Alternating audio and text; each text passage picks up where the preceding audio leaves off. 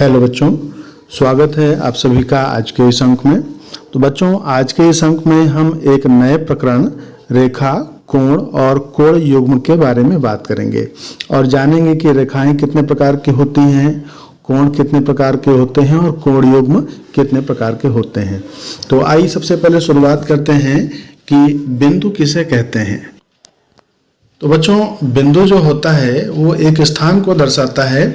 बिंदु का कोई आकार नहीं होता, कोई लंबाई या चौड़ाई या मोटाई नहीं होती। तो जब हमें बिंदु को प्रदर्शित करना होता है तो हम एक डॉट लगा देते हैं। एक डॉट से किसी भी बिंदु को हम प्रदर्शित करते हैं, लेकिन उसका कोई आकार, कोई लंबाई, चौड़ाई या मोटाई नहीं होगी। हम बिंदु को वृत्त भी नहीं कह सकते हैं। बिंदु के बाद बच्चों हम बात करेंगे रेखा की। तो रेखा क्या होती है? रेखा बिंदुओं का समूह होता है, या ये कह सकते हैं कि एक रेखा में अनंत बिंदु प्राप्त किए जा सकते हैं। तो एक रेखा जो है बिंदुओं का समूह होता है जो दोनों ओर से विपरीत दिशाओं में अनिश्चित दूरी तक बढ़ाया जा सकता है, और इसकी कोई सीमा नहीं होती है कि हम इसको 5 सेंटीमीटर या 10 सेंटीमीटर या कुछ दूरी तक ही हम इसको बढ़ा सकते हैं। ये असीमित लंबाई तक इसे हम बढ़ा सकते हैं और इसे मापा भी नहीं जा सकता। तो बच्चों, रेखा को प्रदर्शित करने के लिए हम इस तरीके का चित्र बनाते हैं। एक सीधी रेखा खींचते हैं और उसमें दोनों तरफ ये तीर का निशान बना होता है। तीर का निशान ये प्रदर्शित करता है कि इस रेखा को हम असीमित लंबाई तक दोनों ओर से बढ़ा सकते हैं। रेखा को हम सिंगल अल्फ़ाबेट या एक अक्षर से स्मॉल लेटर में व्यक्त करते हैं इस तरीके से। यदि हमने रेखा पर कोई दो बिंदु दे दिया, जैसे हमने यहाँ पर ए और बी लिख दिया, तो इस रेखा को हम रेखा ए बी कहेंगे, और इसे प्रदर्शित करने का जो चिन्ह होता है, जो संकेत होता है, वो इस तरीके से है। ए बी लिख करके उसके ऊपर दोनों तरफ इस तरह तीर का निशान बनाते हुए एक लाइन खींच देंगे, तो इसे हम रेखा ए बी पढ़ते हैं। इसके बाद बच्चों बात आती है रेखाखंड की। तो जैसा कि इसका नाम ही है रेखाखंड, यानी रेखा का एक भाग होता है। तो रेखाखंड जो है रेखा का एक भाग होता है जिसके दो निश्चित अंत बिंदु होते हैं और जिसकी लंबाई मापी जा सकती है। तो जैसे रेखाखंड हमने बना दिया, एक लाइन हमने खींची और इसके दो एंड पॉइंट्स बना दिए, इसका नाम हमने ए बी लिख दिया। तो ये क्या हो गया? एक रेखाखंड हो गया। इसकी लंबाई जो होती है निश्चित होती है, इसे हम बढ़ा नहीं सकते। यानी कि हमने अगर 5 सेंटीमीटर की एक रेखा या रेखाखंड जिसे हम कहते हैं हमने खींची और उसके दो अंत बिंदु ए और बी बना दिए, तो इसे हम रेखा ए बी कहेंगे, रेखाखंड ए बी कहेंगे। और इसे हम इस तरीके से लिखेंगे, इसके ऊपर हम दोनों ओर तीर का निशान नहीं लगाएंगे। तो रेखा को लिखने का ये तरीका है और इसे दो बिंदुओं द्वारा प्रदर्शित करते हैं। बिंदु आप कैपिटल ही लेंगे, बिंदुओं को आप स्मॉल लेटर से नहीं लिखते हैं। तो रेखाखंड के बाद बच्चों हम बात करेंगे किरण की। किरण से आपको कुछ याद आया होगा, जैसे हमारी सूर्य की किरणें होती हैं। तो सूर्य की किरणों के आधार पर ही इसका नाम भी किरण पड़ा है। तो सूर्य की किरणों में क्या विशेषता होती है कि वो एक बिंदु से शुरू होती हैं और एक ही दिशा में अनंत दूरी तक बढ़ती रहती हैं। हालांकि जो सूर्य है उससे अनंत किरणें निकलती हैं और हर दिशा में कोई न कोई किरण कहीं न कहीं जाकर के पहुंचती है। तो इसी प्रकार से जो हमारी ज्यामिति में किरण होता है वो भी एक बिंदु से शुरू होता है और एक ही दिशा में अनंत दूरी तक बढ़ता है, दोनों ओर से नहीं बढ़ता। और इसका एक निश्चित प्रारंभिक बिंदु होता है जहां से वो शुरू होता है, लेकिन कोई भी अंत बिंदु नहीं होता है। इसकी लंबाई मापी नहीं जा सकती क्योंकि वो एक ओर से अनंत दूरी तक बढ़ रहा है। तो रेखा को हम अगर हम चित्र द्वारा प्रदर्शित करें तो कैसे दिखाएंगे?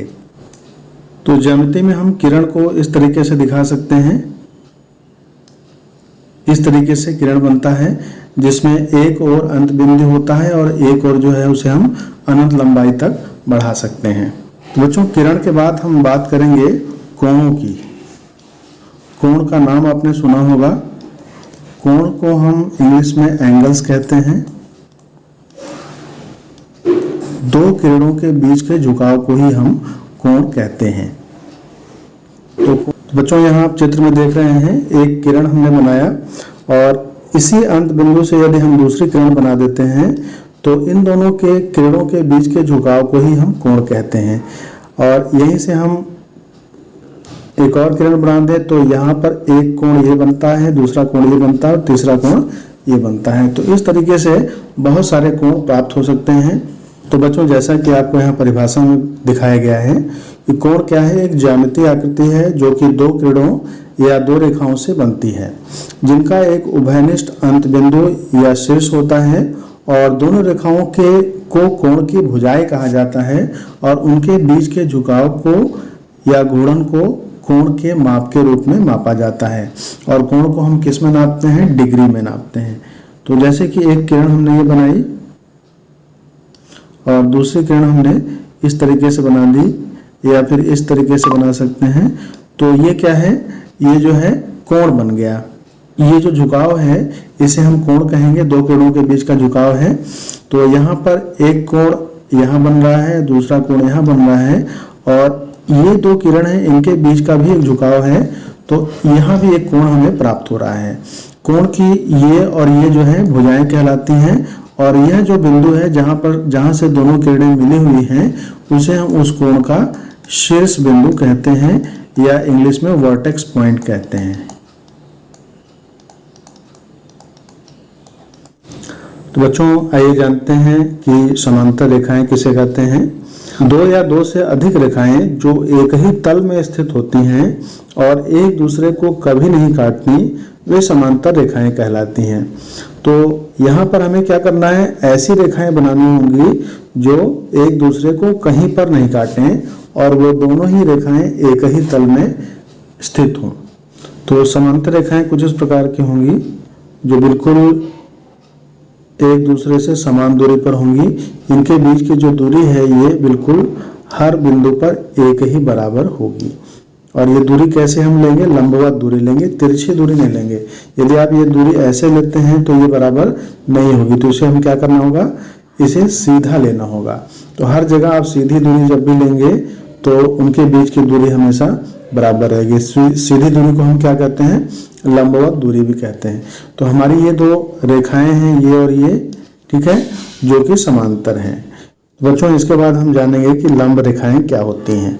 लंब रेखाओं को हम परपेंडिकुलर लाइंस भी कहते हैं।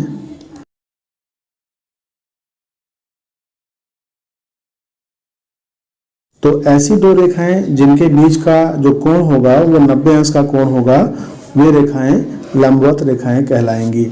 तो 90 अंश का कोण किस प्रकार से बनेगा, आइए इसे भी देखें। तो बच्चों, लंब रेखाएं आपको कहाँ मिलेंगी, जहां पर दो रेखाओं के बीच का कोण 90 अंश का हो। जैसे हमने एक वर्ग बना दिया तो वर्ग की ये भुजा और ये भुजा, इन दोनों भुजाओं के बीच का जो कोण है ये क्या होगा, ये 90 अंश का कोण होगा। यानी कि ये रेखा और ये रेखा दोनों क्या होंगी, आपस में लंब रेखाएं होंगी। इस प्रकार से ये रेखा और ये रेखा भी आपस में लंब रेखाएं होंगी क्योंकि इनके बीच का कोण भी 90 अंश का होगा। इसी प्रकार यदि हम किसी आयत की रचना करते हैं तो आयत में भी क्या होता है, संलग्न भुजाएं, यानी कि आमने सामने की नहीं बल्कि एक साथ लगी हुई भुजाएं आपस में जो होती हैं वो कौन सी रेखाएं होती हैं, लंबवत रेखाएं या परपेंडिकुलर लाइंस होती हैं, क्योंकि इनके बीच का कोण भी 90 अंश का होता है। ये रेखा और ये रेखा भी आपकी क्या होगी, ये जो है लंबवत रेखाएं होंगी। ये वाली रेखा और ये वाली रेखा भी लंबवत रेखा होगी। जैसे कि आपने टेबल के सरफेस पे देखा होगा, टेबल की सतह पर टेबल की संलग्न जो भुजाएं होती हैं वो भी क्या है, आपस में लंब रेखाएं होती हैं। इसके बाद बच्चों हम जानेंगे तिर्यक रेखा। तो तिर्यक रेखा किसे कहते हैं, तिर्यक रेखा को हम इंग्लिश में ट्रांसवर्सल लाइन भी कहते हैं। तो ट्रांसवर्सल लाइन क्या होती हैं, कैसी रेखाएं होती हैं ट्रांसवर्सल। तो जब भी एक तिर्यक रेखा वह रेखा होती है जो सीधी रेखाओं को अलग अलग बिंदुओं पर प्रतिच्छेद करती है, यानी कि काटती है। तो तिर्यक रेखा को समझने के लिए जैसे हमने एक रेखा ये बनाई और दूसरी रेखा ये बना दी, ये दो रेखाएं हो गई और एक दूसरी रेखा होगी जो इन रेखाओं को काटेगी। तो ये रेखा जो है तिर्यक रेखा कहलाएगी क्योंकि ये रेखा जो है इन रेखाओं को बिल्कुल काटती है। ठीक है। तो ये किस एंगल पर काटती है, किस कोण पर काटती है, ये जरूरी नहीं है, बस यह रेखा जो है दी गई रेखाओं को जो है किसी भी कोण पर काटेगी, तो इसे हम क्या कहेंगे, तिर्यक रेखा कहेंगे। कोणों के प्रकार में सबसे पहला कोण आता है शून्य कोण, शून्य कोण या फिर जीरो एंगल। तो शून्य कोण किसे कहते हैं? शून्य कोण का मतलब है कि जब दो किरणों के बीच का झुकाव शून्य हो, उस दिशा में वह कोण किस प्रकार का कोण कहा जाएगा, उसे शून्य कोण कहा जाएगा। बच्चों, शून्य कोण को दिखाने के लिए हम इस तरीके का चित्र बनाएंगे। तो यहाँ आपको एक किरण दिखाई पड़ रही है और इसी में दूसरी किरण भी बन रही है, जो इससे 1 डिग्री भी इधर या उधर नहीं हो रही है, बल्कि दोनों किरणें एक दूसरे पर संपाती हैं, यानी कि एक ही लाइन पर दोनों किरणें बन जा रही हैं। तो यहाँ पर कैसा कोण प्राप्त हो रहा है? शून्य कोण प्राप्त हो रहा है। इसके बाद जो नेक्स्ट टाइप है, सेकंड टाइप, वो क्या है? न्यून कोण। न्यून कोण को हम एक्यूट एंगल भी बोलते हैं। एक्यूट एंगल कैसा होता है? तो एक्यूट एंगल को समझने के लिए हम क्या करते हैं, दो किरणें बनाते हैं। एक किरण ये है और दूसरी किरण यहाँ से स्टार्ट होगी, और जब तक ये सीधी नहीं हो जाती तब तक इस स्थिति में वह कोण जो है समकोण होगा। और जब हम इसे छोटा करेंगे, यानी कि यह कोण 0 से थोड़ा सा बड़ा होकर यहाँ आ जाए, या फिर यहाँ तक आ जाए, या फिर यहाँ आ जाए, या यहाँ तक, यानी 89.99 डिग्री तक यह कोण जो है न्यून कोण ही माना जाएगा।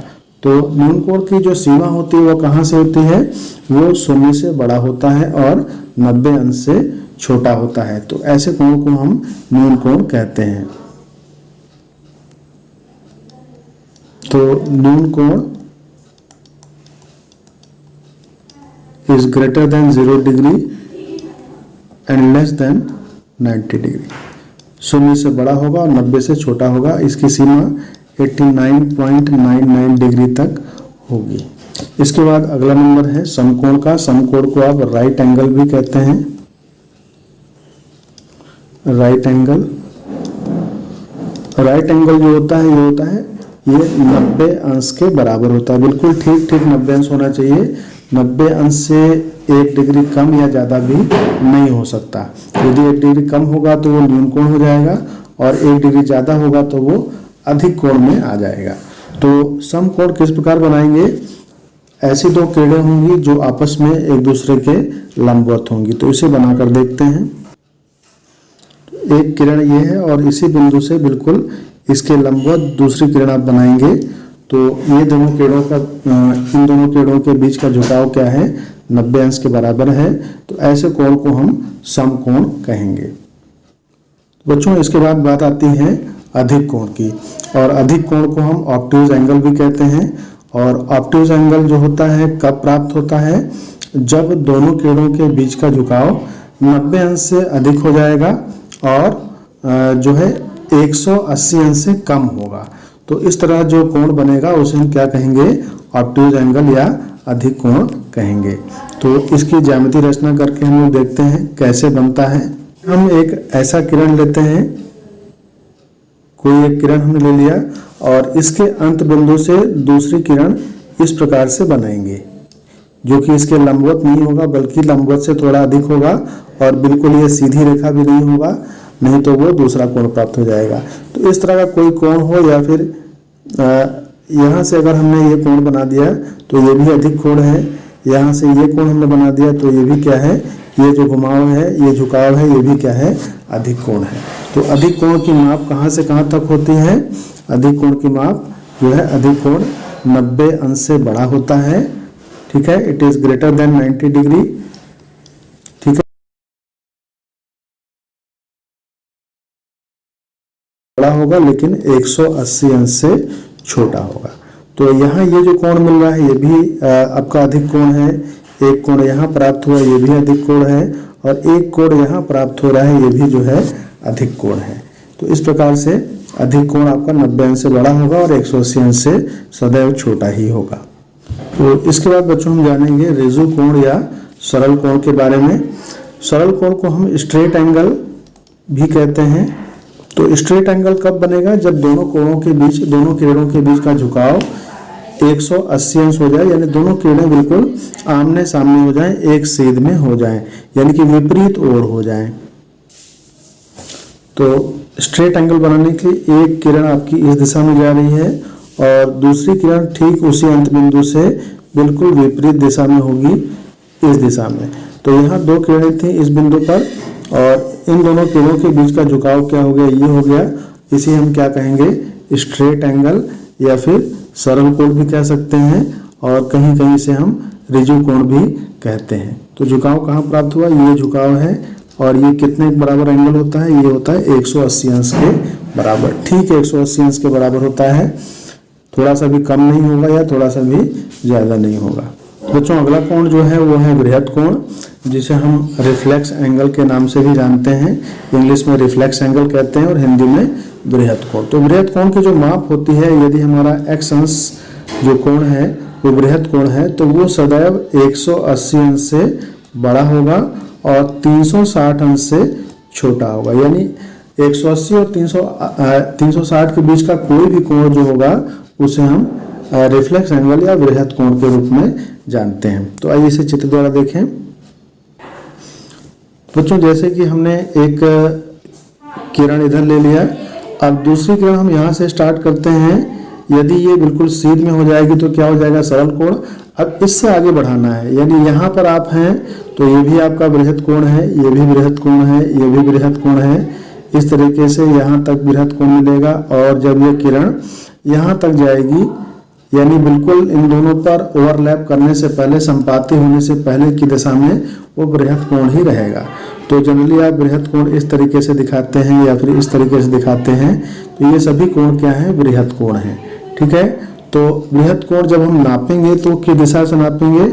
हम जब नापना शुरू करेंगे तो जहां से झुकाव शुरू होता है वहां से नापेंगे। अगले प्रकार का जो कोण है बच्चों वो क्या है? संपूर्ण कोण, या इसे हम कंप्लीट एंगल भी बोलते हैं।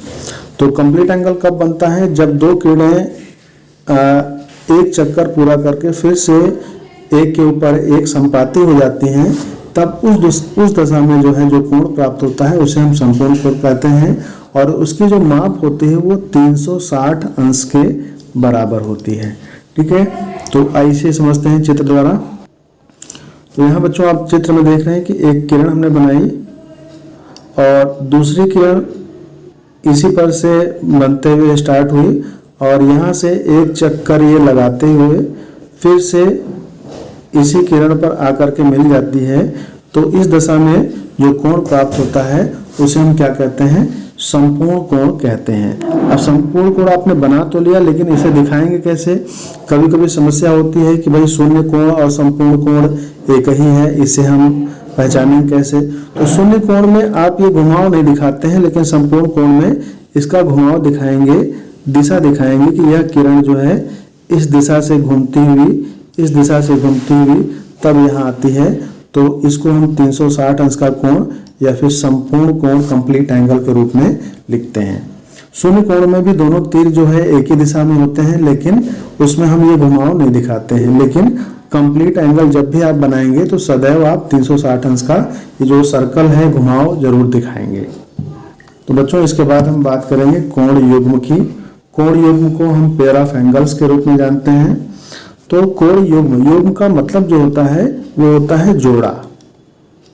युग्म का मतलब होता है जोड़ा, यानी यहाँ पर हम दो कोणों के जोड़े की बात करेंगे। तो पहला पेयर ऑफ एंगल है वो है आसन्न कोण। आसन्न कोण। अब इसमें दो कोण बनेंगे और दोनों कोण किस प्रकार से होंगे कि उन्हें हम आसन्न कहेंगे?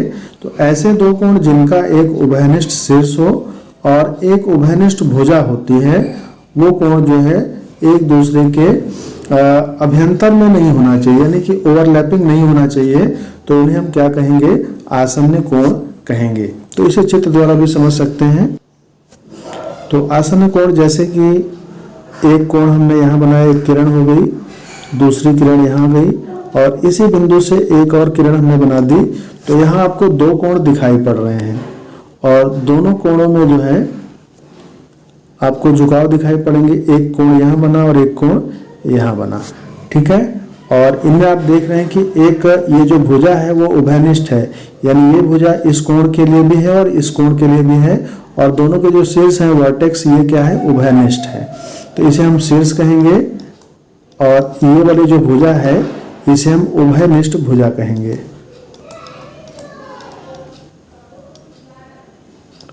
तो इस प्रकार के कोणों को हम आसन्न कोण कहते हैं, जिनमें उभयनिष्ठ भुजा होती है और एक उभयनिष्ठ शीर्ष होता है। इसके बाद बात आती है बच्चों शीर्षाभिमुख कोण या ऊर्ध्वाधर विपरीत कोण की। आइए इसे भी चित्र द्वारा समझें।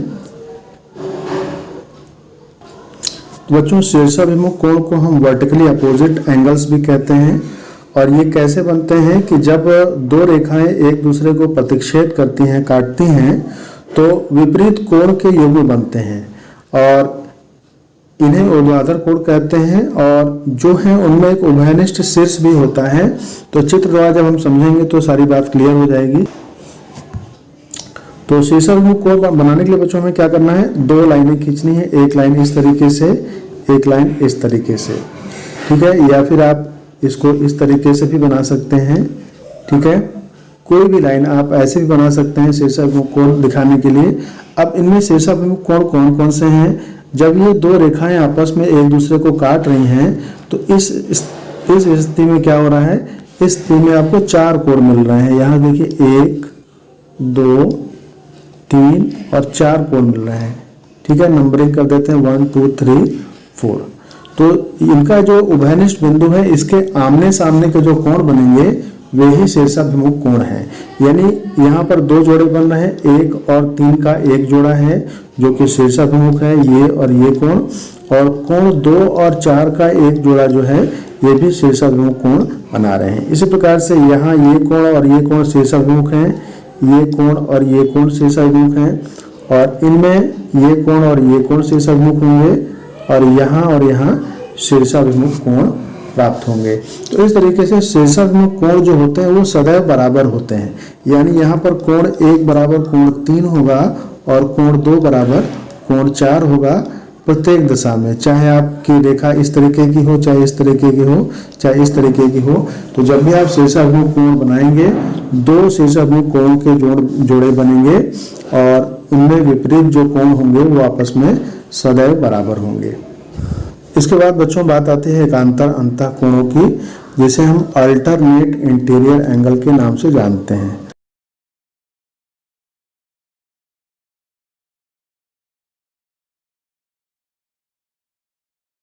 अल्टरनेट का मतलब क्या है कि एक एंगल के बाद एक एंगल छोड़ना है, और इंटीरियर एंगल यानी कि वो आंतरिक एंगल होंगे, आंतरिक कोण होंगे। अब इन्हें चित्र के द्वारा हम समझ सकते हैं। बच्चों यदि हम दो रेखाएं बनाते हैं, कोई भी दो रेखा वो समांतर हो या ना भी हो, यदि दो रेखाओं को एक तिर्यक रेखा काटती है तो यहाँ पर आपको इंटीरियर एंगल, पहले तो आप देख लें कि इंटीरियर एंगल कौन कौन से मिलते हैं। इंटीरियर एंगल में आपको इस तरीके के एंगल दिखाई पड़ रहे हैं 1 2 3 4, यहाँ 4 एंगल हैं। ये इंटीरियर एंगल हैं जिन्हें आप अंतः कोण कहते हैं। तो अंतः कोणों में जब हम बात करेंगे एकांतर अंतः कोण की, तो एकांतर यानी एक के बाद एक अंतर करके जो कोण प्राप्त होंगे उन्हें हम एकांतर अंतः कोण कहेंगे। जैसे अगर इनका हम नामकरण कर दें 1 2 3 4, तो यहाँ पर कोण 1 जो है कोण 3 का एकांतर अंतः कोण है, ठीक है। कोण 1 और कोण 3 जो है एकांतर अंतः कोणों का एक जोड़ा हो गया। इस प्रकार से कोण 2 और कोण 4 जो है ये एकांतर अंतः कोणों का दूसरा जोड़ा हो गया। इसी प्रकार से एकांतर बाह्य कोण भी होते हैं। तो जैसे कि आपको अंदर के 4 कोण मिले हैं, उसी प्रकार से ये बाहर के भी 4 कोण प्राप्त होंगे, ठीक है। अगर इनका हम नामकरण कर दें, जैसे 4 तक हमने कर दिया, 5 कर दें, 6 कर दें, 7 और 8 हमने कर दिया, तो जब एकांतर बाह्य कोणों की बात करेंगे, ठीक है, अल्टरनेट इंटीरियर एंगल होता है और दूसरा होता है अल्टरनेट एक्सटीरियर एंगल, यानी कि एकांतर बाह्य कोण। तो एकांतर बाह्य में कोण 6 और कोण 8 ये एकांतर बाह्य कोण है। इसी प्रकार से 5 और 7, 5 और 7 भी जो है एकांतर बाह्य कोण है या अल्टरनेट एक्सटीरियर एंगल होंगे। और जब ये रेखाएं जिन्हें वो तिर्यक रेखा काट रही है अगर ये समांतर हैं, अगर ये पैरेलल हैं, समांतर हैं, तो ये अल्टरनेट इंटीरियर और अल्टरनेट एक्सटीरियर यानी एकांतर अंतः कोण और एकांतर बाह्य कोण सभी क्या हो जाएंगे, बराबर हो जाएंगे। यानी कि कोण 1 जो है कोण 3 के बराबर हो जाएगा, कोण 2 कोण 4 के बराबर हो जाएगा। इसी प्रकार से कोण 6 कोण 8 के बराबर होगा और कोण 5 कोण 7 के बराबर होगा। और ये बराबर तक कब होंगे, जब ये और ये रेखाएं समांतर होंगी।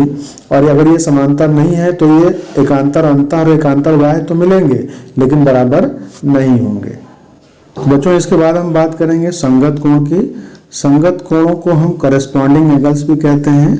बच्चों ये संगत कोण कब प्राप्त होते हैं, जब दो रेखाओं को कोई भी दो सरल रेखाओं को एक तिर्यक रेखा काटती है तो दोनों रेखाओं के एक ही ओर, जैसे हमने चित्र में बना दिया कि दो रेखाएं हैं, ये और ये दो रेखाएं हैं, इन दो रेखाओं को ये तिर्यक रेखा काट रही है।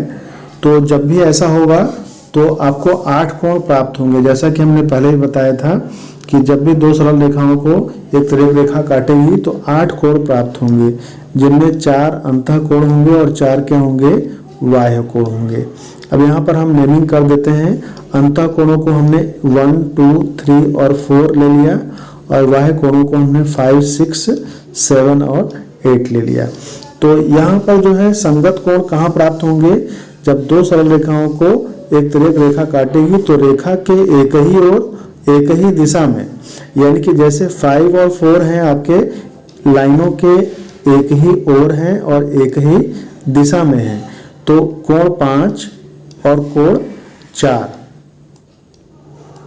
ये जो है आपके संगत कोण हैं। इसी प्रकार से कोण 1 है और कोण 8 है, वो रेखा के एक ही ओर है और नीचे की दिशा में, यानी 8 और 1 ये 5 और ये 4 ये संगत कोणों के जोड़े हैं।